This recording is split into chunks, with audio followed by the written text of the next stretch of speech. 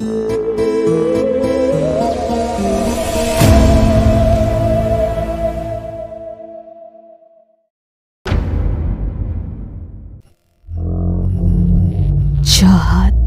चाहत, मेरी आवाज क्यों नहीं सुन रही हो तुम? मैं तुम्हें बुला रही हूं ना।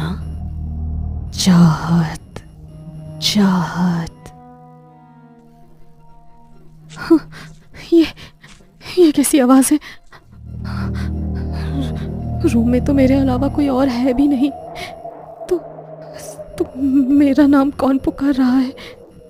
चाहत हिम्मत करते हुए उठी और कबर्ड के पास गई। उसके ठीक सामने एक काली परछाई खड़ी थी जिसकी आंखें बिल्कुल सफेद थी। उसे देखकर चाहत के पैर वहीं जम गए और वो परछाई भयानक तरीके से मुस्कुराते हुए उसके शरीर के आर पार होकर खिड़की की तरफ भागी और वहां से नीचे कूद गई। ये देखकर चाहत डर के मारे पसीने से भीग गई और वहीं पर बेहोश होकर गिर पड़ी। चाहत, चाहत उठो ना। क्या हो गया तुम्हें? तुम इस तरह जमीन पर क्यों सो रही हो? लावण्या की आवाज से चाहत की आंखें खुली। उसने जब लावण्या को अपने सामने देखा तो एकदम से हड़बड़ाकर उठी और तुरंत उसने अपना सर पकड़ लिया। चाहत, क्या हो गया तुम्हें? तुम बेहोश हो गई थी क्या? देखो, मुझे तुम्हारी हालत बिल्कुल भी ठीक नहीं लग रही। मेरी मानो तो तुम कुछ टाइम के लिए अपने घर चली जाओ। घर पर तुम्हारी ठीक से देखभाल होगी तो तुम जल्दी ठीक हो जाओगी। नहीं लावण्या, हम अभी चाहत को यहाँ से नहीं भेज सकते। 3 महीने बाद एग्जाम्स हैं और कुछ दिन बाद तुम लोगों के प्रैक्टिकल्स शुरू हो जाएंगे। तुम एक काम करो लावण्या, तुम चाहत के साथ उसके कमरे में ही रह लो। हम तुम्हारा रूम चेंज कर देते हैं। ठीक है मिस। लावण्या को चाहत के साथ उसके रूम में शिफ्ट कर दिया गया। 2-3 दिन तो सब कुछ नॉर्मल रहा, मगर 2-3 दिन के बाद जब लेक्चर के बाद वो दोनों हॉस्टल आई तो चाहत कपड़े चेंज किए बिना ही बिस्तर पर जाकर चादर ओढ़कर लेट गई। अरे चाहत, अपने कपड़े तो चेंज कर लेती तुम। आते ही बिस्तर में लेट गई। मुझे बहुत ज्यादा ठंड लग रही है लावण्या। ऐसा लग रहा है जैसे किसी ने बर्फ से भरे कमरे में बंद कर दिया हो मुझे। ओ माय गॉड, कल कहा था मैंने कि घर भेजते तुम्हें, लेकिन मिस मार्था को तो पढ़ाई से ज्यादा इंपॉर्टेंट कुछ दिखाई ही नहीं देता। तुम रुको, मैं तुम्हारे लिए मेडिसिन लेकर आती हूँ। लावण्या स्टाफ रूम में चाहत के लिए दवाई लेने गई। थोड़ी देर बाद वो वापस रूम में आई तो उसने देखा कि चाहत रूम में है ही नहीं। अरे, ये चाहत कहाँ पर चली गई? अभी तो इसे इतनी ज्यादा ठंड लग रही थी कि ये चादर ओढ़कर भी बुरी तरह कांप रही थी, और अब 2 मिनट में कहाँ गायब हो गई? तभी लावण्या को पानी बहने की आवाज आई। उसने जाकर बाथरूम का दरवाजा खटखटाया, मगर अंदर से उसे कोई जवाब नहीं मिला। अभी जब मैंने दवाई लेने गई तो बाथरूम का नल चालू नहीं था। पक्का चाहत बाथरूम के अंदर है। कहीं वो अंदर बेहोश तो नहीं हो गई? मुझे हेल्प के लिए किसी को बुलाना होगा।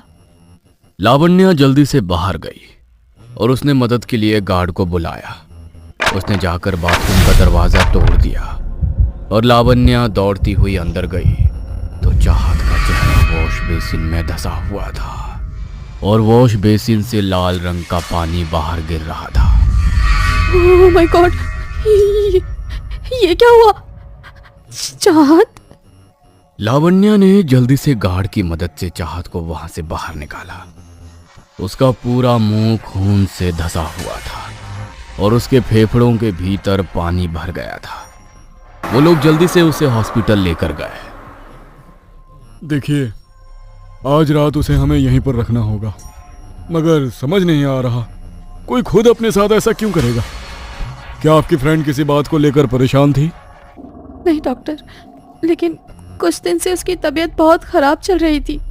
उसने बहुत सारे डॉक्टर से चेक भी कराया, लेकिन किसी को भी उसकी बीमारी पकड़ में नहीं आई। शायद इनकी मानसिक हालत कुछ ठीक नहीं है।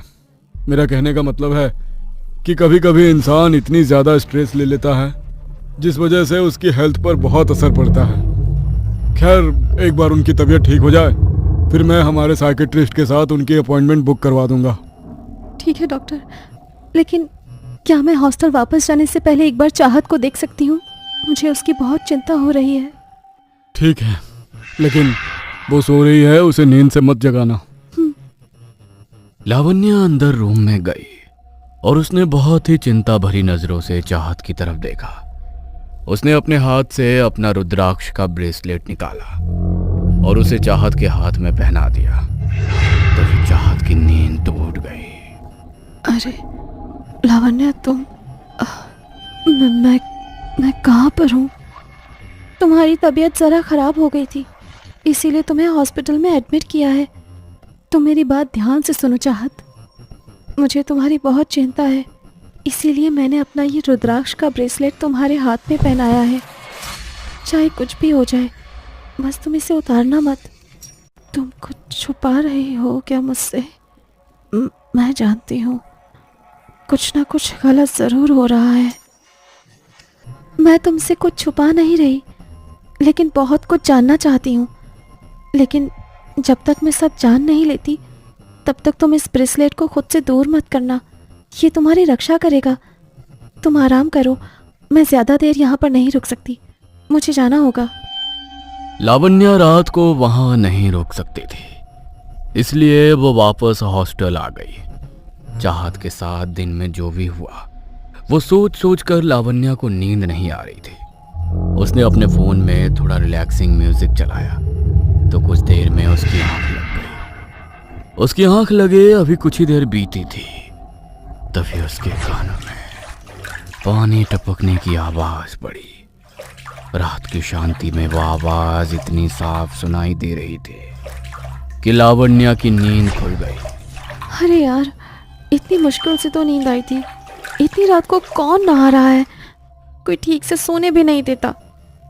कुछ देर के लिए पानी बहने की वो आवाज रुक गई, मगर लावण्या जैसे ही फिर से सोने के लिए बिस्तर पर लेटी तो वो आवाज अचानक बहुत तेज हो गई। इससे पहले कि लावण्या इस बार अपनी आंखें खोलकर कुछ देखती, उसका दम घुटने लगा, जैसे वो गहरे पानी के बीच फंस गई हो। उसने अपनी आंखें खोली तो वो पूरा कमरा गहरे पानी से भरा था। उसका शरीर इतना भारी हो गया कि वो अपने शरीर को हिला भी नहीं पा रही थी।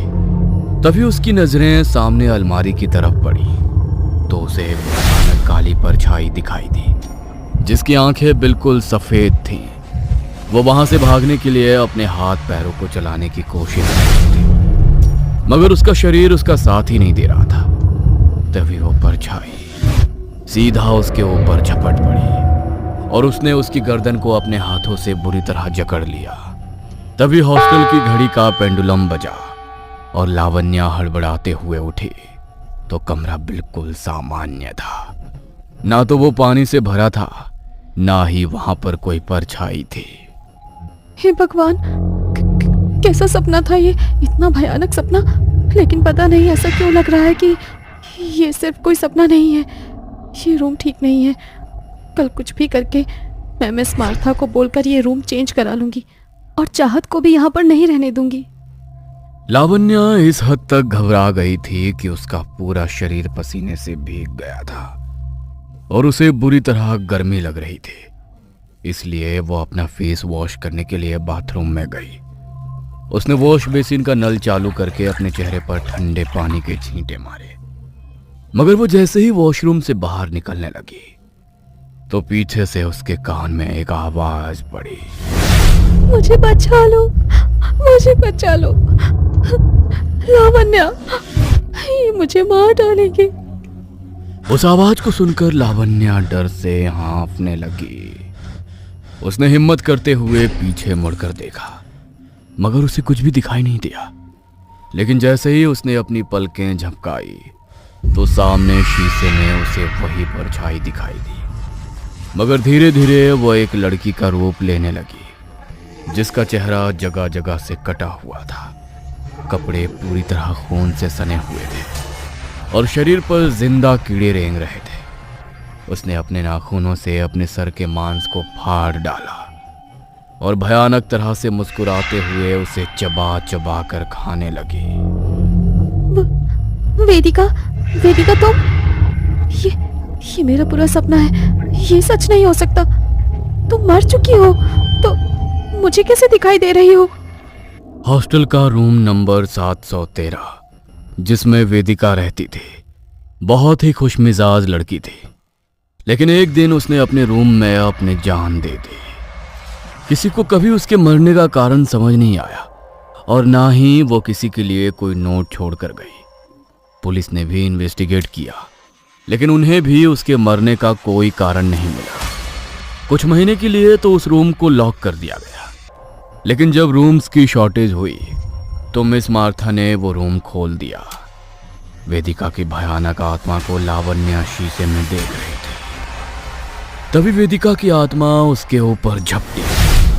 लावण्या को एक जोरदार झटका लगा। उसकी आंखें सुर्ख लाल हो गईं और वो रूम से निकलकर कॉरिडोर के रास्ते नीचे की तरफ जाने लगी।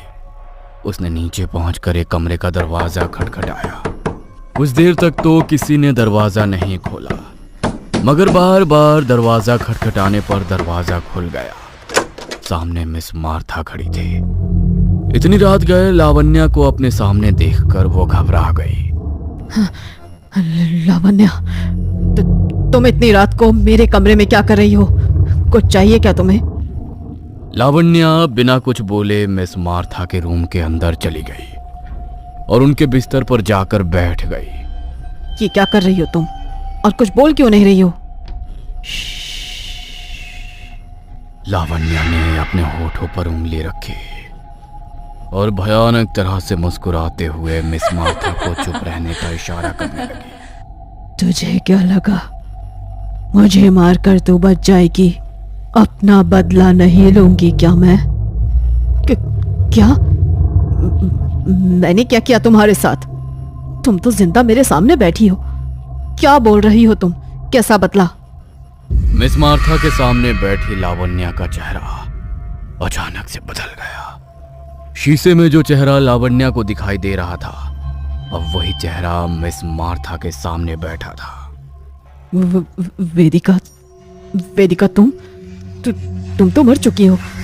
तुम मेरे सामने कैसे आ सकती हो?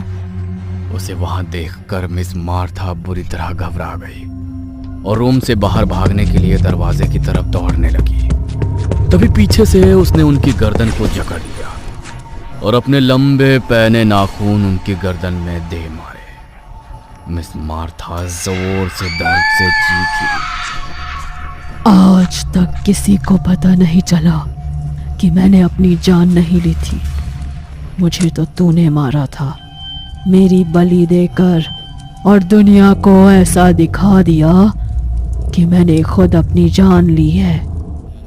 यह शब्द सुनकर मिस मार्था के पैरों तले से जमीन खिसक गई। वेदिका ने उसकी गर्दन को मरोड़ दिया और उसके शरीर की हर एक हड्डी को तोड़ डाला। मिस मार्था इतनी बुरी तरह दर्द से छटपटाकर दर्द से चीखी कि हॉस्टल के स्टूडेंट्स की भी आंख खुल गई। और जब तक वो लोग वहां पहुंचे तो मिस मार्था बुरी तरह दर्द से तड़प रही थी। उनके शरीर की हड्डियां टूट चुकी थीं। उन्होंने एम्बुलेंस को कॉल किया और उन्हें अस्पताल लेकर गए। डॉक्टर, क्या हुआ है इनको? इनकी ऐसी हालत कैसे हो गई? इनके शरीर की हड्डियों को किसी ने बुरी तरह तोड़ दिया है, लेकिन ऐसा कौन कर सकता है? पुलिस को भी ना तो इनकी बॉडी और ना ही इनके कपड़ों पर किसी के फिंगरप्रिंट मिले हैं। ऐसा लग रहा है जैसे इनका शरीर खुद ब खुद मुड़ता गया, मगर ये कैसे पॉसिबल है? ऐसा केस तो मैंने अपनी पूरी जिंदगी में कभी नहीं देखा। किसी को कुछ भी समझ में नहीं आ रहा था। अगले दिन जब लावण्या क्लास के लिए नहीं आई तो मिस अनीता उसके रूम में गई। उन्होंने देखा लावण्या वॉशरूम के अंदर बेहोश पड़ी है। लावण्या को चाहत के साथ ही अस्पताल में एडमिट कराया गया। लावण्या चाहत की तरफ देखकर मुस्कुराई। मैं तुमसे कुछ छुपा नहीं रही, लेकिन बहुत कुछ जानना चाहती हूँ। लेकिन जब तक मैं सब जान नहीं लेती तब तक तुम इस ब्रेसलेट को खुद से दूर मत करना। ये तुम्हारी रक्षा करेगा। तुम आराम करो, मैं ज़्यादा देर यहाँ पर नहीं रुक सकती, मुझे जाना होगा। लावण्या वहां से हॉस्टल नहीं गई। जब बार बार डॉक्टर चेंज करने के बाद भी किसी डॉक्टर को चाहत की बीमारी पकड़ में नहीं आ रही थी, तभी लावण्या को शक होना शुरू हो गया था कि जरूर चाहत के साथ कुछ और ही दिक्कत है। और जब वो रूम में उसके साथ शिफ्ट हुई तो उसे रात को कबर्ड के पीछे एक काली परछाई दिखी थी जो चाहत के पास जाकर बैठ गई। लावण्या ने अपने हाथ में रुद्राक्ष का ब्रेसलेट पहना था, इसलिए वो आत्मा उसके पास नहीं भटक रही थी। लेकिन लावण्या इतना जान गई थी कि चाहत के साथ जो कुछ भी हो रहा है उस आत्मा की वजह से ही हो रहा है, और वो आत्मा वेदिका की ही आत्मा है। इस बात का भी लावण्या को पूरा शक था, इसलिए वो अस्पताल से सीधी हनुमान जी के मंदिर पहुंची और पंडित जी को उसने सारी बातें कह सुनाई। तेरा अंदाजा बिल्कुल ठीक है बेटी, ये उसी लड़की की आत्मा है, लेकिन इसके पीछे का खेल कुछ और ही नजर आता है। वो खुद तेरी दोस्त के पीछे नहीं पड़ी है, बल्कि उसे उसके पीछे लगाया गया है ताकि खुद से उसका ध्यान हटा सके और अपने स्थान पर उसकी बलि दी जा सके। क्या? मुझे कुछ भी समझ नहीं आ रहा पंडित जी। कैसी बलि और किसने किया है ये सब? ये तो मैं भी नहीं बता सकता कि ये सब किसने किया है, लेकिन अपनी काली विद्याओं की पूर्ति के लिए पहले किसी ने तुम्हारी सहेली वेदिका को अपने वश में किया ताकि वो अपने मन से अपनी जान दे दे और उसकी बलि स्वीकार हो जाए। वेदिका की बलि तो स्वीकार हो गई, मगर वेदिका की आत्मा हॉस्टल के उसी कमरे में भटकने लगी और उसकी तलाश करने लगी जिसने उसके साथ ऐसा किया था। जिसने ऐसा किया था अब वो खुद को वेदिका की आत्मा से बचाना चाहती थी और उसे सबसे पहले अपने सामने चाहत दिखाई दी, और मौके पर ही उसे उसके कुछ गिरे हुए बाल भी मिल गए। इसलिए उसने एक क्रिया के जरिए अपना सारा भार चाहत के ऊपर डाल दिया ताकि वेदिका की आत्मा उसके बदले चाहत को मार डाले और वेदिका की आत्मा से उसका पीछा छूट जाए। क्या इतना सब हो गया चाहत और वेदिका के साथ? लेकिन आखिर पता कैसे चलेगा कि ये सब किसने किया है? चल जाएगा, कल सुबह तक तुम्हें सब पता चल जाएगा, लेकिन तुम्हें वेदिका की आत्मा का साथ देना होगा। वो तुम्हारे शरीर का इस्तेमाल करके उसके पास पहुंचेगी, लेकिन तुम्हें कोई नुकसान नहीं होगा। इस बात का वादा मैं तुमसे करता हूं। अब तो मुझे बताओ कि तुमने मुझे ये ब्रेसलेट क्यों पहनाया था? कुछ नहीं, बस ऐसे ही। अब हर बात तुम्हें बताना जरूरी थोड़ी ना है। लेकिन अब तुम बिल्कुल ठीक हो, अब तुम्हें कुछ नहीं होगा। मिस मार्था गले में भले ही होली क्रॉस पहनती थी, मगर भगवान को पूजने की बजाय उन्होंने शैतान को पूजना शुरू कर दिया था, और शैतान को खुश करने के लिए ही उन्हें उसे एक लड़की की बलि चढ़ानी थी। उसने क्रिया से वेदिका को वश में करके उसे खुद की बलि देने पर तो मजबूर कर दिया और अपने भार को चाहत के ऊपर भी डाल दिया। मगर चाहत के लिए लावण्या ने जो लड़ाई लड़ी उससे न सिर्फ चाहत की जान बची, बल्कि वेदिका की आत्मा को भी इंसाफ मिला और मिस मार्था को हमेशा के लिए अपाहिज करके वो अपना बदला पूरा करके हमेशा के लिए हॉस्टल के रूम नंबर 713 से मुक्त हो गई।